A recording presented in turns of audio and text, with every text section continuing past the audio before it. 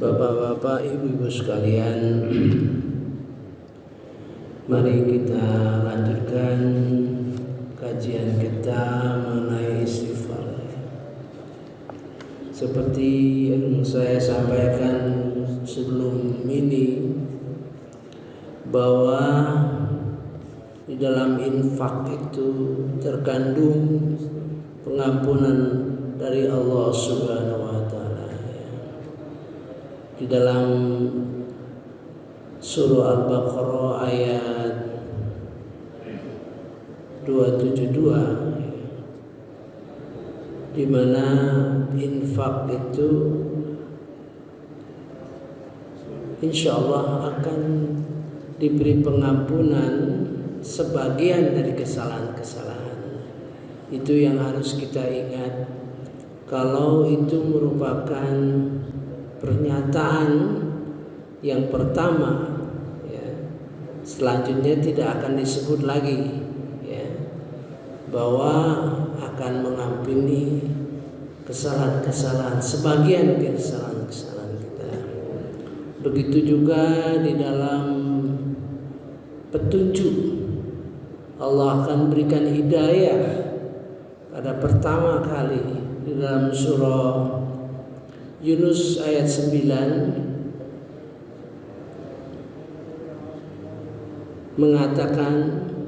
mengabarkan bahwa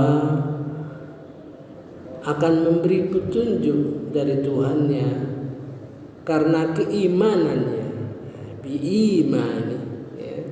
biimani, karena keimanan. Maka ayat tersebut, bagian ayat tersebut tidak akan diulangi lagi. Pada kesempatan-kesempatan Allah memberikan janji untuk memberikan petunjuk. Begitu juga dalam pengertian infak akan diampuni oleh Allah Subhanahu wa Ta'ala sebagian daripada, kemudian akan dipertegas lagi pada tingkat takwa, tingkat infak yang paling tinggi. Diulangi kembali sebagai penguat, ya, di dalam surah At-Taghabun. Jadi kita perlu ingat, perlu resapkan, perlu diingat terus bahwa pengampunan Allah Subhanahu wa Ta'ala itu akan diberikan. Jadi kalau kita sedang memberikan infak, ingatlah itu selalu, ya. Dengan mengingat itu kita seolah-olah tahu persis. Di dalam surah At-Taghabun ini infak yang paling tinggi, ya. Ayat 17, gitu ya. A'udzubillahi minasyaitonirrajim. Bismillahirrahmanirrahim. Jika kamu meminjamkan kepada Allah dengan pinjaman yang baik, ya, niscaya Dia melipat gandakan balasan untukmu dan mengampuni kamu. Dan Allah Maha mensyukuri, Maha penyantun. Nah, itu ya, kita ingat selalu. Jadi kalau Quran itu caranya untuk bisa ingat selalu, ya. Kalau kita mengerti masalah satu ayat, maka ingat itu selalu, ya, ingat selalu. Dengan mengingat ayat tersebut akan membantu kita mengerti ayat-ayat lain, karena tidak akan mungkin diulang-ulang. Kalaupun ada pengulangan, pasti ada perbedaan, ya. A'udzubillahi minasyaitonirrajim. Bismillahirrahmanirrahim. In tuqridullah qardan hasanan yudha'ifhu lakum wa yaghfir lakum. Jika kamu meminjamkan kepada Allah dengan pinjaman yang baik, niscaya Dia melipat gandakan balasan untukmu, wa yaghfir lakum, dan mengampuni kamu. Ini awalnya ini tuh mungkin terjadi mungkin tidak gitu. Karena itu berat.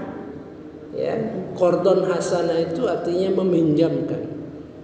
Besar, ya, besar. Saya berikan ilustrasi lah, ya. Seandainya kita semakin berumur lanjut, ya, katakan kita banyak rumah, gitu kan? Terpikir kita anak-anak kita sudah mapan semua. Jadi terpikir kita seandainya ingin menjual rumah dan rumah itu diinfakkan atau rumah itu diberikan kepada diwakafkan tahfiz, ya, rumah tahfiz Quran. Nah, itu kira-kira dari ya, seandainya gitu. Ya.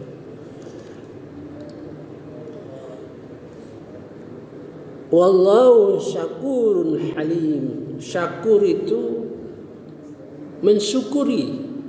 Ada beberapa ayat di dalam Al-Quran ini Allah itu mensyukuri.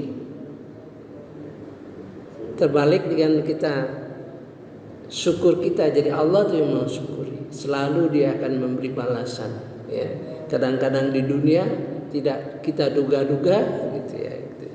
Jadi kembali saya ingatkan, kita ingat bahwa istighfar itu pengampunan dari Allah Subhanahu wa Ta'ala ada di dalam ibadah infak, gitu, ya. Tapi harus dijaga yang telah saya sampaikan.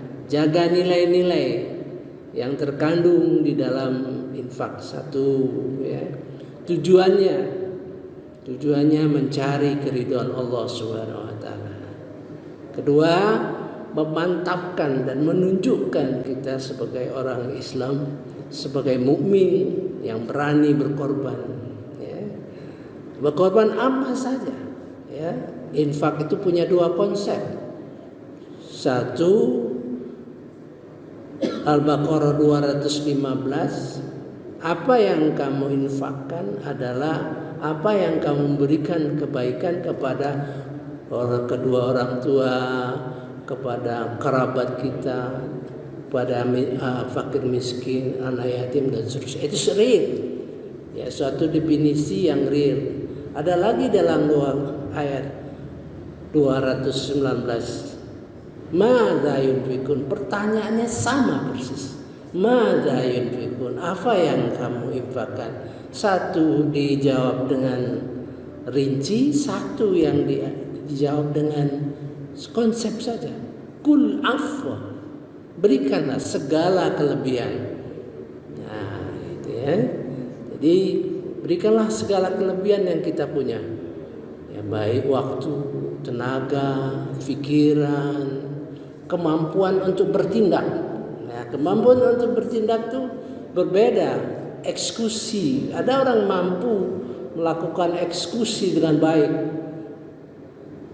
Ada orang mampu mengatur perencanaan yang baik, tapi eksekusi tidak baik itu. Kita berjuang bersama-sama, gitu. Berikan ilmu, kemampuan memimpin, ya, memimpin menggerakkan orang, kemampuan networking.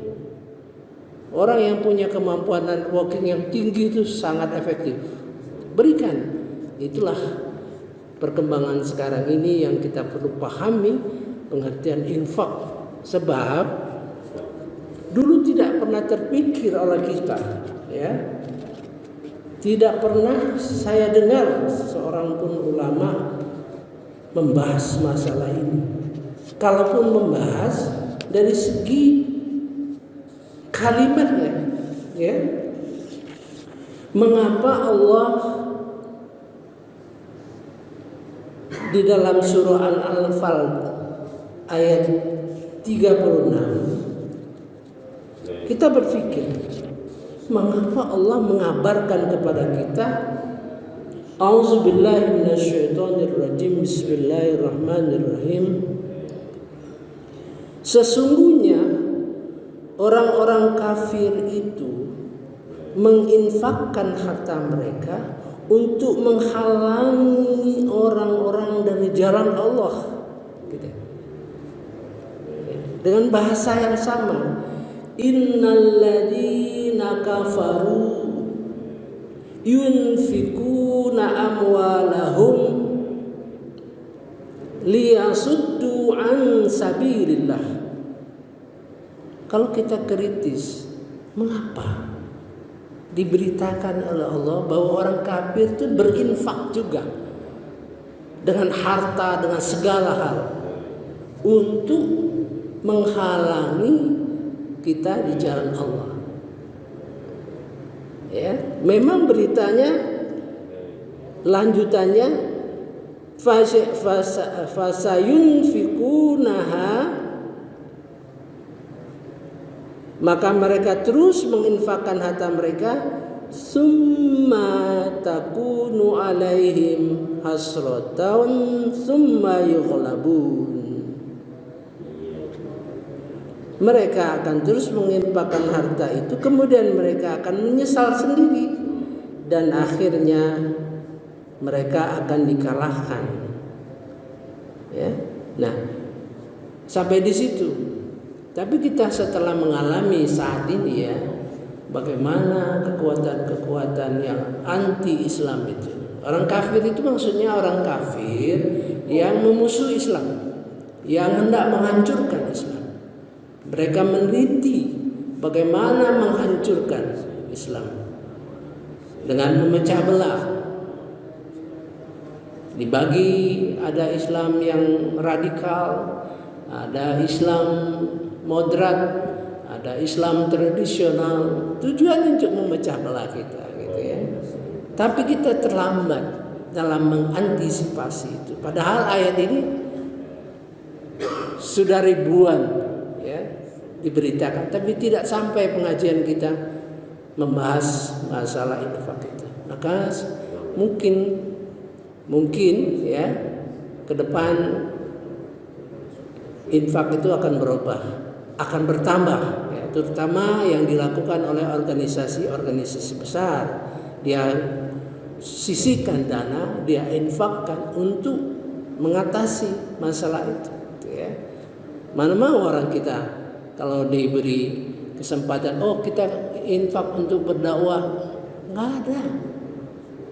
Dia pikir infak itu untuk masjid, untuk anak yatim. Kalaupun masjid kadang-kadang minta tolong ya, berikan batu itu yang persis di depan imam. Ya, itu karena sempit ya. Mari kita saat ini untuk berpikir. Jadi infak itu pertama untuk membantu, nah itu ya. Kedua untuk membela, melindungi. Ketiga mengembangkan. Nah itu. Jadi kalau berbahaya, sesuatu yang bahaya, infak dilakukan orang berbahaya untuk kita, maka kita harus melakukan tindakan mengcounter, ya, menyiapkan, melawan.